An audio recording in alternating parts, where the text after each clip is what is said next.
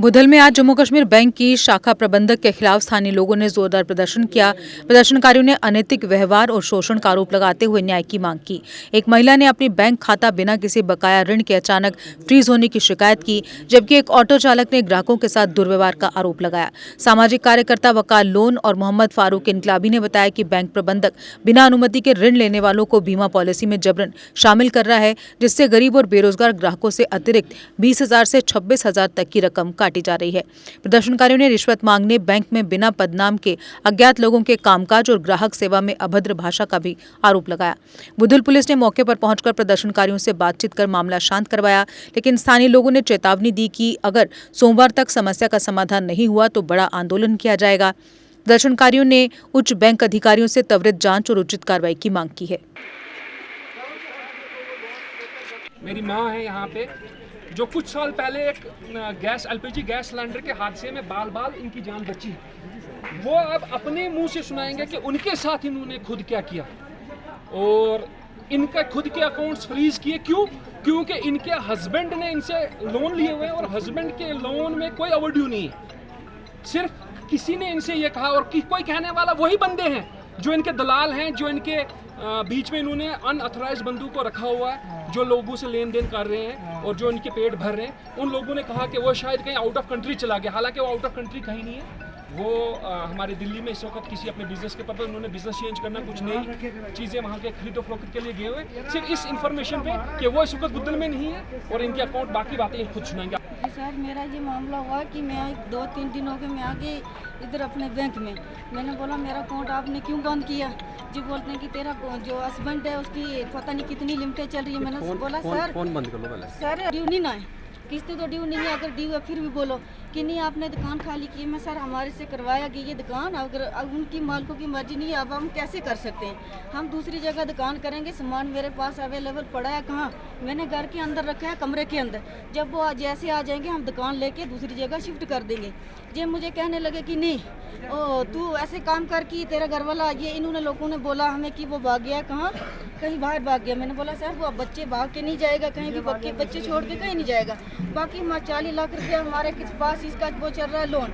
मैंने बोला बिल्कुल सर चल रहा है तो हम देने के लिए तैयार है। क्या 40 लाख की हमारे पास प्रॉपर्टी नहीं है अगर हमने दुकान छोड़ी हो। ये मैं ही थी जो इधर आई और इधर से वापस गई। अगर कोई और होता, किसी को टैग हो जाता, कम दिल वाली होती, टैग हो जाता, सर इसका जिम्मेवार कौन? मम्मी जी से बोला, मेरे साथ बोलता है कि चलो चलो घर वाले को बुलाओ। सर वो अपना काम कर रहे हैं, मैं उनको अभी किसी जरिए से उनको नहीं बुला सकती। वो आ जाएंगे, कहीं नहीं जाएंगे, लेकिन ऐसा नहीं होना चाहिए। हमारी किस्तें ड्यू नहीं है, हमारा कुछ नहीं है। हो भी जाती है किस्तें ड्यू, फिर भी हमारा ये मसला है कि हमारे पास प्रॉपर्टी है।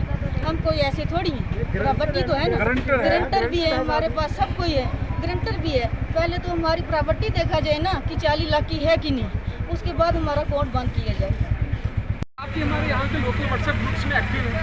आपने देखा होगा कि 2:40 में हमने इस चीज़ को इनिशिएट किया था। 2:40 में जिस पर लोगों ने हमें अप्रोच किया, 1-2 लोगों ने, तो हमें पता चला कि इस तरह से ये हरकतें जो है जेएंडके बैंक मैनेजर जो ये कर रहे हैं। लेकिन 3:30 का हमने टाइम दिया था और 3:30 पे अलग अलग पंचायतों से यहाँ पे लोग आए जिन्होंने ये बताया है कि किस तरह से इनके साथ खिलवाड़ हो रहा है जेएंडके बैंक की तरफ से।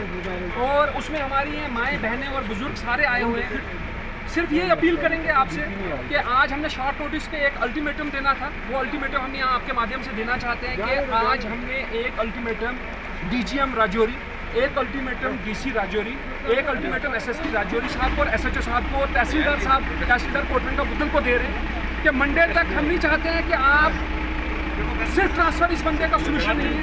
आप मंडे तक आइए, पहले इन्वेस्टिगेट कीजिए इस बैंक में यहाँ पे बैठ के। इन्वेस्टिगेशन के बाद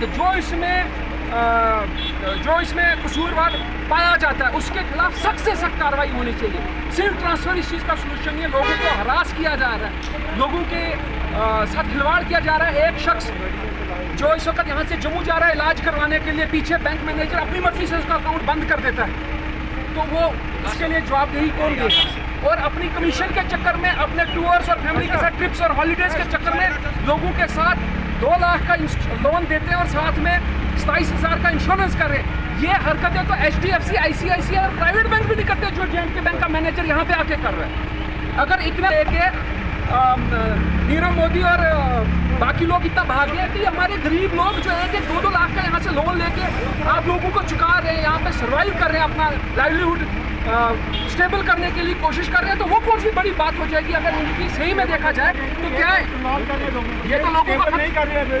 ये बैंक जो है ये स्टेबल नहीं कर रहा लोगों को काट देते। स्टेटमेंट मांगने स्टेटमेंट नहीं दी और मेरे 800 था, उसका 6,000 का इसने सीज किया था। सिर्फ 1,400 रुपया मेरा उसका क्रेडिट उठाया था। मैंने बोला इसका 1,400 रुपया काटो अपना और 6,000 मेरा लीज करो। तो इसने क्या किया कि इसे मैंने बोला तुम साथ में मुझे स्टेटमेंट दो, इसने मुझे उसकी स्टेटमेंट नहीं दी।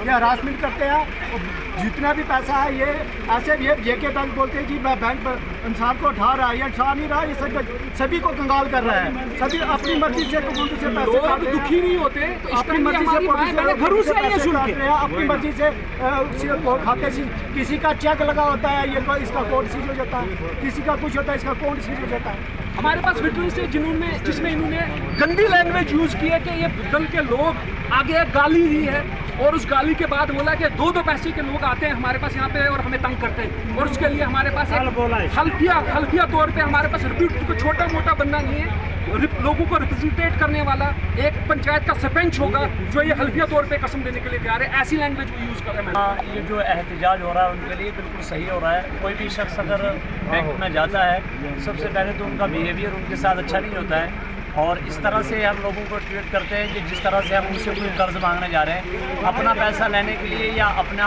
किसी काम से हम वहाँ जाते हैं, उन लोगों का बिहेवियर अच्छा नहीं होता है। और बहुत सारे जो लोग यहाँ पर अपना दुख का इजहार कर रहे हैं, वाकई में ये हकीकत है और हकीकत पे ये चीज़ मबनी है, इसलिए ये सभी हजरात यहाँ पर इकट्ठा है। 25 जनवरी से लिया है मैंने 2 लाख का, उसमें से मुझे कोई मालूम नहीं है कि भाई कितना इंश्योरेंस होता है, क्या होता है, अनपढ़ आदमी हूँ मैं। 6 महीने के बाद में कल आया इनके पास के मुझे पैसे दे दो, जो बकाया मेरा रहा है। बैंक मैनेजर साहब को मैंने पैसे मांगे, उसने आगे से जब स्टेटमेंट मेरी फाइल निकाली तो इंश्योरेंस वाले आदमी को बुलाया कि जी आओ इधर, और इसका आपने वो कुछ नहीं किया हुआ है, मुझे क्या पता है। बाद में उन्होंने फार्म एक लाया, मुझसे साइन करवाए और मैं पैसे मांगने के लिए इनको आया, उन्होंने आगे से पैसे काट दिए। 6 महीने तक इन्होंने कोई नहीं मेरा पैसा काटा, वो रिजर्व रखा हुआ था इन्होंने। मैं कल इनको बोलने लगा कि मैंने मुझे शाह एक आ रहा है पैसे देने उसके, तो मुझे पैसे दे दो वापस। इसने आगे से वो काट दिए धोखा करके, मुझे कोई मालूम नहीं। मैंने 2-3 आदमी को भी बुलाया साथ में, कल कटाए 6 महीने के बाद इन्होंने कल कटाए। लिया था जिसका तो पहले ये हमारा जो बैंक मैनेजर है ये लोन ही नहीं दे रहे थे, बोला कि आप पहले इंश्योरेंस कराओ ज़बरदस्ती। 1 महीना इन्होंने बैंक के चक्कर कटवाए, फिर उसके बाद जब मैंने 20,000 का 22,000 का इंश्योरेंस करवाया, फिर उसके बाद इन्होंने लोन इशू किया मेरे नाम से। तो मैंने बोला भाई मैं गरीब होता नहीं करा सकता, गाड़ी का इंश्योरेंस है, first party, second party, third party का। बोला वो गाड़ी को ही मिलेगा, अगर हम भी उसी में ड्राइवर है तो हमें भी तो मिल सकता है वो इंश्योरेंस। उस जो अदर इंश्योरेंस किया मुझे उसकी समझ नहीं चल रही कि वो किस नाम का किया। उन्होंने ये कहा कि जब आपकी मतलब कहीं चलाते गाड़ी चलाते हादसा हो जाता है तो फिर आपको डबल पैसा मिलेगा, लोन माफ़ हो जाएगा। मुझे नहीं लगता कि वो माफ़ होगा। अब फिर वो कॉल कर रहे साल के बाद कि 22,000 रुपये दे दो। तो हमारा जो गाड़ी का इंश्योरेंस है वो 33,000 एक है, 8,000 एक है, और उसके बाद जो है हमें 62,000 रुपये जो साल का देना पड़ता है। खाली बैंक को कहाँ से देंगे? हमारी यही एडमिनिस्ट्रेशन से अपील है कि हम गरीब लोगों पर रहम किया जाए। जो भी लोन लेता है मजबूरी के तहत लेता है, खुशी से कोई लोन नहीं लेता है, तो उनको बाकायदा विदाउट इंश्योरेंस के जो लोन है वो दिए जाए। अगर आप अपने सपनों का आशियाना बना रहे हैं तो एराकॉट कंस्ट्रक्शंस है आपकी पहली पसंद, क्योंकि यहाँ सिर्फ टाइल्स, सैनिटरी और हार्डवेयर प्रोडक्ट्स की विशाल रेंज नहीं मिलती, बल्कि साथ में मिलते हैं ढेरों फ्री गिफ्ट्स, और वो भी हर शॉपिंग पर। एराकॉट कंस्ट्रक्शंस में ट्रेंडिंग और लेटेस्ट डिज़ाइनों की बड़ी रेंज है। एराकॉट कंस्ट्रक्शंस फिर ला रहा है अपने कस्टमर्स के लिए साल का सबसे बड़ा मौका। शॉपिंग करो और बन जाओ लकी विनर, क्योंकि इस बार इनाम सिर्फ ऑफर नहीं, एक जश्न है।